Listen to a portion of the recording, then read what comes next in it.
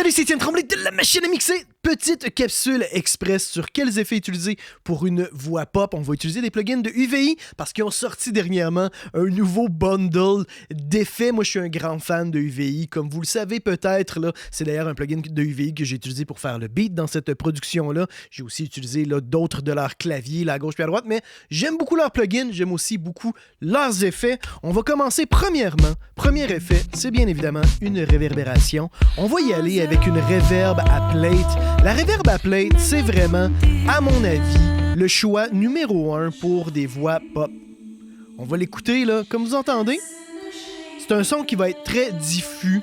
Ça va être très clair. On n'aura pas nécessairement d'effet de résonance comme on a avec des réverbérations de room. Ça va créer un plus grand détachement entre la voix sans effet et la réverbération. C'est pour ça que moi, j'aime beaucoup les reverbs de plate en contexte de pop.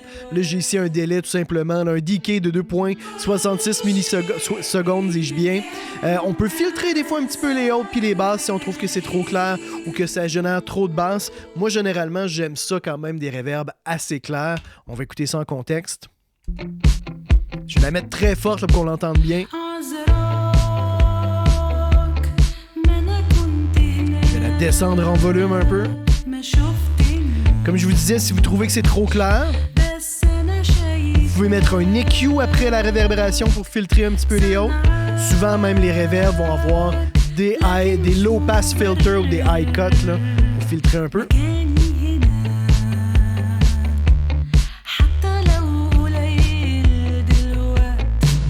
Super efficace. Deuxième effet, on va y aller avec un délai, un classique délai. Pour le délai, hein, on n'a pas besoin de trop se casser la tête. On peut faire un délai avec une répétition au quart de temps. On vient synchroniser ça avec le tempo de la chanson. On met un petit peu de feedback pour avoir des répétitions. On peut des fois créer une petite différence entre le côté gauche et le côté droite pour avoir une plus grande stéréo. Dans ce cas-ci, on a aussi des effets de diffusion et de saturation qui peuvent être super intéressants. La diffusion, c'est comme une genre de reverb qu'on vient mettre après le délai. Ça va enlever le côté pointu des répétitions, ça va diffuser le délai et un peu de saturation parce qu'on aime ça, la saturation. Aussi simple que ça. Encore une fois, comme la réverbération, c'est bien des fois de filtrer. Comme vous voyez ici, les hautes, je les ai filtrées à 4000 Hz environ. Là. On va écouter le délai uniquement. Je vais le monter en volume.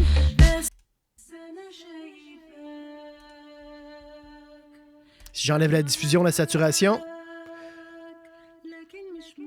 voyez la diffusion, ça vient rendre ça beaucoup plus flou, ça va rendre ça moins justement pointu. Après, c'est une question de goût. Généralement, on aime ça diffuser un peu, on veut pas que ça soit si tant évident que ça, là, le délai, surtout lorsqu'on veut juste venir colorer puis donner un petit polissage là, à notre voix.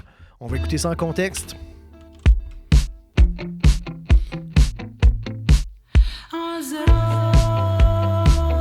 Je la baisse en volume.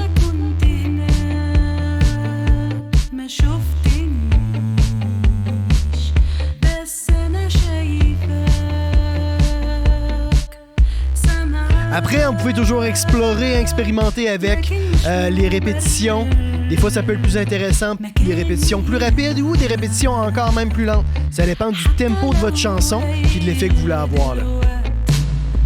Super, maintenant, troisième effet, un phaser. Un phaser, ça va nous permettre d'élargir puis créer une texture un peu différente sur la voix. On va aller chercher le phaser de UVI, encore une fois, qui est encore une fois juste un effet de modulation qu'on vient ajouter avec la voix. On utilise, encore une fois, une piste d'effet pour ça. C'est toujours mieux, je trouve, d'avoir ça en parallèle et de ne pas mettre ça directement sur la voix. Ça nous permet un meilleur contrôle de l'effet. Dans ce cas-ci, on s'arrange pour avoir un rate pas très lent et on peut élargir la stéréo. Hein. On va le mettre en solo, notre phaser. Vous voyez la stéréo, là? Surtout lorsqu'on a une seule voix dans notre couplet. Ça va venir élargir notre voix, spreader notre voix là, dans notre image stéréo. Si mon rate était trop rapide, là, on vient entendre beaucoup trop la modulation. Ça, généralement, on veut juste avoir un rate là, quand même assez lent. un peu de drive, on peut jouer avec les effets de feedback de VEP qui vont donner différentes couleurs. Au niveau des fréquences, là, la plage de fréquence, j'y vais là, d'environ 200 Hz jusqu'à 6000 Hz. On veut pas nécessairement que ça balaie dans le très très haut ni dans le très très bas, c'est pas utile pour une voix. Ça, c'est les fréquences de balayement, là, la plage de fréquence qui va être balayée par le phaser. Faut l'ajouter, vous allez voir, ça fonctionne plutôt bien. Hein?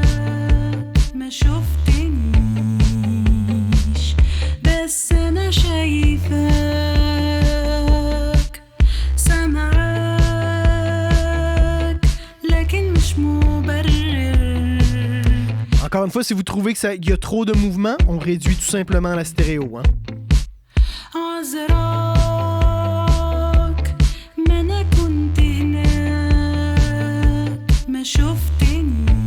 Sans le phaser. Avec le phaser, super efficace. Si on veut même aller plus loin, que ça soit encore plus coloré, allez chercher le Taurus. Le Taurus, qui est un effet de modulation, un peu comme un chorus, qui va être beaucoup plus coloré, beaucoup plus présent. Ça peut être vraiment très, très le fun.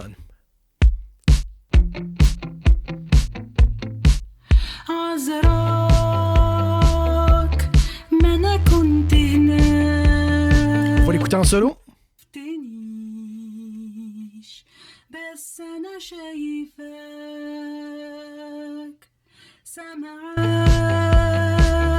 Super efficace. Encore une fois, juste beaucoup plus coloré, un petit peu plus résonnant, un petit côté plus métallique. Ça peut fonctionner super bien dans des contextes de pop un petit peu plus agressifs, un petit peu plus colorés. Encore une fois, tous ces effets-là, c'est une question de goût. Vous pouvez utiliser tous les effets en même temps ou juste un ou deux de ces effets. Ça peut être vraiment suffisant pour créer l'esthétique de votre voix. Hein? Personnellement, pour le contexte actuel, je préfère le phaser, qui est un petit peu plus subtil, mais le Taurus pourrait être super intéressant.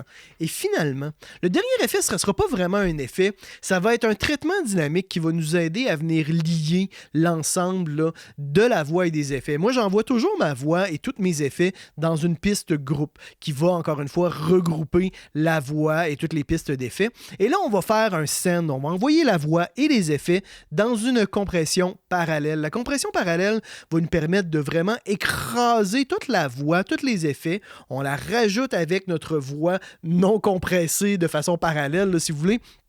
On a quand même là, des compresseurs sur notre piste de voix, mais là, on vient compresser la voix et tous les effets. Et ça va nous aider à faire en sorte que à bas volume, on va continuer à entendre les effets parce que tout dépendant du volume d'écoute, des effets de reverb, de délai vont être beaucoup moins perceptibles lorsqu'on écoute à bas volume. Et là, de faire une compression parallèle, ça va leur donner de la présence qui va faire qu'ils vont rester tout de même présents, peu importe le volume d'écoute.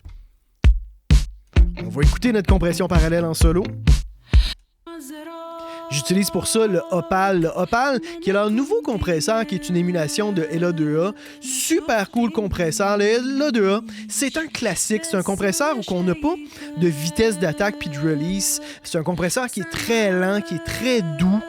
Puis pour une compression parallèle, moi, je trouve ça génial. J'utilise ça très souvent, autant pour la voix directe que, encore une fois, pour faire une compression parallèle de l'ensemble du groupe de voix et des effets. On peut pas se tromper. Comme vous l'entendez, même si je compresse là, de 10 à 15, 20 dB, là, de 10 à 20 dB, ça sonne bien. Puis là, j'écrase beaucoup. Et puis là, j'ai augmenté un petit peu le drive. J'ai mis le tape simulation à on. On pourrait faire un boost de mid. Je trouve pas que c'est nécessaire dans le contexte de cette chanson-ci. Je veux garder de la rondeur. Je veux pas trop avoir de mid. Mais ça fonctionne très, très bien. Puis là, on va la mélanger avec la voix principale. La voix va devenir un petit peu trop forte. Faudrait réajuster un peu le volume. Mais vous allez voir, ça fonctionne très, très bien.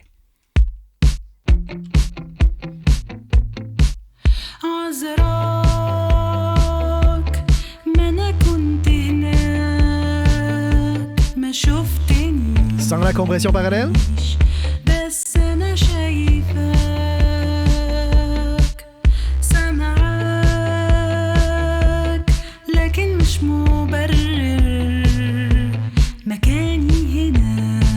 Sans.